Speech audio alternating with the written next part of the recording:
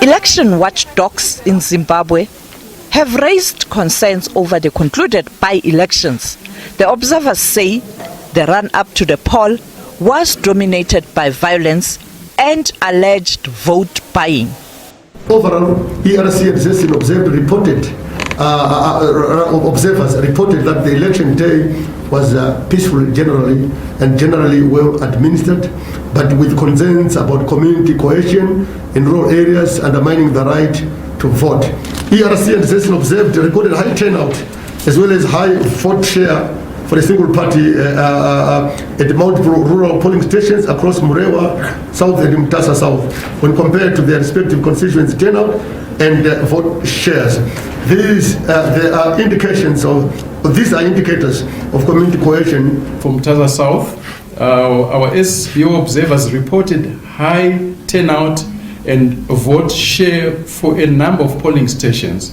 While the average turnout from Mtasa was approximately 35%, all of those polling stations we are talking about had a turnout of over 50%.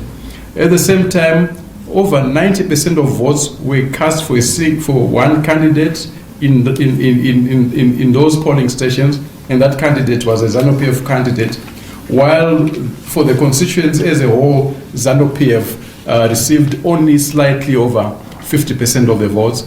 These are indicators of community cohesion and that voters were not able to freely participate in the election.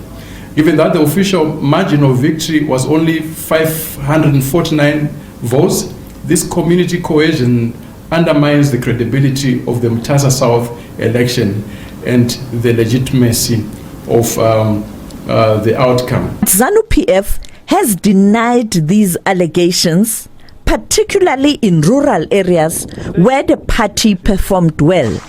The party also said criticism on the Zimbabwe Electoral Commission was unfair and called on all stakeholders to accept the results. You saw what happened in rural areas. People were voting according to their self-registers. So if that is the case, thank you for giving us a premonition. We will make sure that our structures reach out to those people so that they go and vote. In the meantime, there is another part whose leader says, I have no ideology, Nelson. Whose leader says, I have no strategy, Nelson Namaere. So the greatest problem was apathy. We are also going to be looking at other things like messaging, other things like the particular strategy that we adopted in this very election, which was different from the strategies that we have used traditionally. We got our strategy wrong, and somebody was saying that how come you got strategies wrong? And here's my answer. Lionel Messi misses a penalty, doesn't he? Maradona misses a penalty, doesn't he? So strategists can get strategies wrong as well.